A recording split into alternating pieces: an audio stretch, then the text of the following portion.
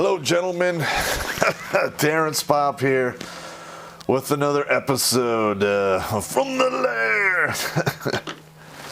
And today I'm going to be covering the last week of Special Forces selection, the dreaded team week, the meat grinder, the big kahuna. And if I recall, a lot of the events that they do are, I think they're the same. There might have been some variations between, 91 and, 2017, 18-ish, because, it's been a long time. And I remember when I was going through some of those goddamn events, I was just like, this is an exercise in not only futility, but fucking insanity at the same time. I just couldn't wrap my head around why the fuck we were doing shit like that. Now, we started off somewhere in the low 600s. We lost a lot in the combat swim test and the PT test. We lost a hell of a lot of people on the land nav. And I believe we went into Team Week right around 250 people, 210-ish, I don't remember. It was mentioned in one of the formations how many people were left. And, every morning they'd be like, all right, look around you. And I want you to see people who are not here that were here yesterday. This is not, and they always make this big spiel about how this isn't fucking Candyland, and how this is serious business, and people are gonna see. What the fuck? All right, my battery's about to go dead. Let's see if we can ride it out. This is like serious business, and people are gonna get seriously fucked up. Blah blah blah blah blah. I really didn't buy into that bullshit. As soon as they would start talking like that, my mind would switch off and everyone would sound like fucking Charlie Brown teachers or something. It'd be like, wah, wah, wah, wah, wah, wah, wah. And then I would hear, be here at this time with his equipment. Wah, wah, wah, wah, wah. Moving on. Some of the ones that come to mind that really just fucking chapped my britches here was, we had the ammo crate carry, the ammo can carry, the Sandman, which is basically a duffel bag full of wet sand. He had 2 of those, and that was crushing. The Jeep Push, which is basically a Jeep with 3 tires, or 3 working wheels and 1 doesn't. In our case, the 4th wheel was removed and it was just an axle. Let's see, I think there were a couple telephone poles you got to drag. Sand babies, which they have some additional rules on that, which really made it fucking hard. There were some other ones in there that, I think it was like 5 days, 6 days. And no, it's like 5 days, and you had two events a day. You would do one event in the morning.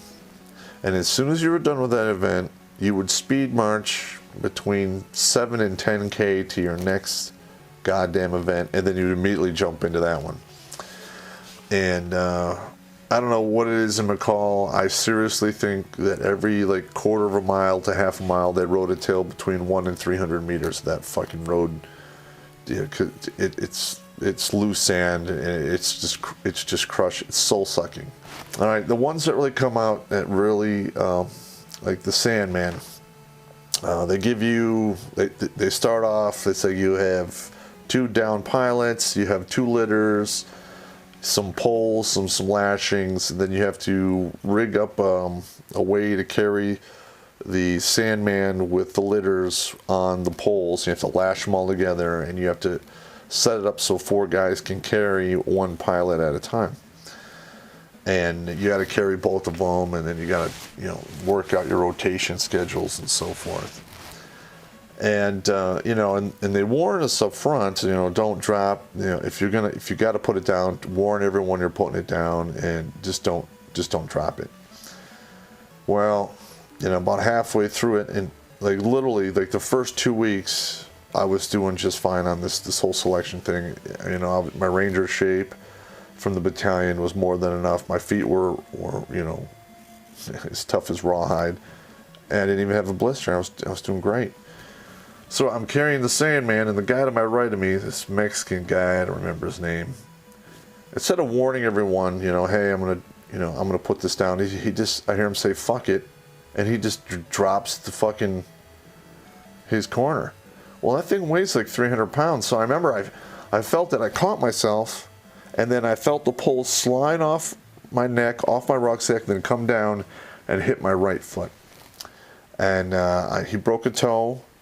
And ripped a toe, I think one toenail completely off and one partially off. Fucked my right foot up. I mean, I finished the event, but because, it had fucked my foot up, I had changed how I was walking, and I started to develop some pretty wretched goddamn blisters.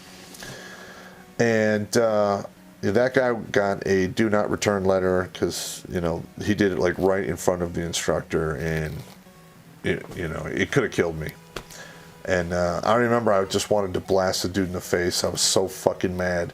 And I remember the instructor, or the grader's right there, and he's just like, "Oh, well, Ranger, can you continue the event?" And I'm walking in a circle in excruciating pain, because I can actually feel the toenail like scraping into my foot. And then he's like, "Do you want to take your boot off?" And I'm just like, and I knew in my head if I looked at it at that particular time, I wouldn't be able to finish. I said, "No, I'm good." And I knew it was bleeding. After a while, I could see the blood coming out of the boot from the toenail. And, we finished. I had to do the goddamn speed march with the fucked up foot on to the next goddamn event. I don't remember what that one was. I basically just checked out for the rest of that day. I remember I got back to the barracks that night, immediately took the boot off, did immediate first aid on the foot. There's nothing that could be done, other than stop the bleeding, control for infection. I mean, the toenails are toenails. The other one that wasn't ripped off completely, I didn't want to take the risk of ripping it off and actually damaging the toe anymore, so I cleaned it up the best I could and just kept a clean Band-Aid on it. And I had to do blister control. And luckily, one of the guys that was in the barracks with me had that tensor benzene shit, which is basically pine tar. I had to start injecting that shit into the blisters immediately. And what way that works is you take a pin, you drain the blister, you inject the tensor benzene, and it hurts like shit because it's cut with alcohol. And then you push the skin onto the meat, and it actually sticks back onto it, which sounds really crazy. Now, technically, you're not supposed to do this, but I remember I'm like laying on the bunk, like screaming, and two guys are sitting on me, and the guy's like applying the tensor benzene. And one of the instructor walks in, just looks at us, and just walks right back out the door, doesn't say shit, because, he knew the deal. Yeah, it is what it is. Let's see, the other one, I think we start off the next day with the Jeep push, and they just give you a Jeep, 3 wheels. We had 1 wheel missing. One of the other Jeeps had 4 wheels, but one of the fourth wheel didn't roll. It was locked in place. So I'm glad we didn't get that, because we had built it with the poles and the lashings. We had a counterbalance, and we actually put the biggest guy on there. So we actually had the Jeep tilted up, basically rolling on 2 wheels, and we controlled this whole fiasco of bullshit and pushed it. This was 7 clicks. Then we did our speed march and did the second event, which I think that one was where you carry these stupid ass fucking logs. That one was really, really tough, because there's really no easy way to carry the logs. I think we worked it out where we had tied it so we could carry over your neck and stuff like that. But, some of the teams, they weren't really using their imagination. Luckily, I was on a team where the people that were there already boiled down from a bunch of other teams, and they didn't want to see anybody else go. And they were all fairly reasonable, and we were able to figure out how to do the fucking obstacles or the events. There was a lot of G2. Some of the classes before us had left notes behind that we were looking at schematics and how they were supposed to do shit. Technically, we weren't supposed to have that, but we didn't make it. We just found it, so, it is what it is. One of the other ones, let's see, the Jeep push, the telephone pole one.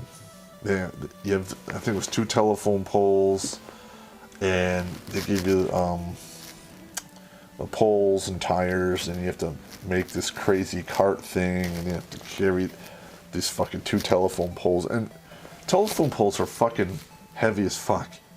All right, and I remember watching this other team, and they were like carrying the poles and you know, and then bringing and rolling tires. It looked like something from the Little Rascals. I couldn't believe they're that stupid, because if you do it, they give you enough that it can be done reasonably.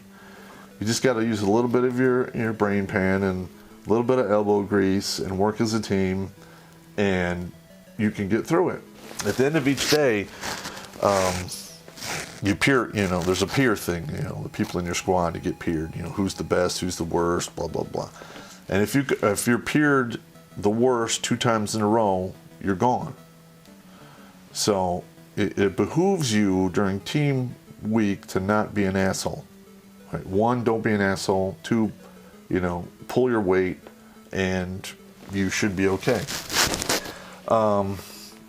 The one for me that I thought was the hardest, not because it was physically demanding, it was some of the additional restraints that were put on by the cadre, and it was called sand babies. And that's basically, you carry sandbags, which you really don't think that are, you know, that big of a deal. But you got to fill the sandbags up, and then you have to, you know, they tamp them down, and you cannot have a tail on the sandbag which sticks out more than the hand of the person. So the sandbag's got to be extra stuffed, and then you tie it, and then you have to make sure it stays tied. And your whole team has to carry a minimum of 21 sandbags at a time. I think it's 600 meters. Okay, and then if, say you have, I think this, if you have 21 sandbags at a minimum and one of the sandbags gets rejected, all of them don't count. Then you have to go back and redo it, and then go back. And so it behooves you to take a maximum of 30 at one time, because they always kick back one or two, because the guy grabs it, he pounds it on there, and he's just looking for any reason not to count your sandbag. And I don't remember the exact number that went across that you were supposed to have before the event was done. But I do recall that we had a couple of shit bags on our team that refused to carry more than one sandbag at a time.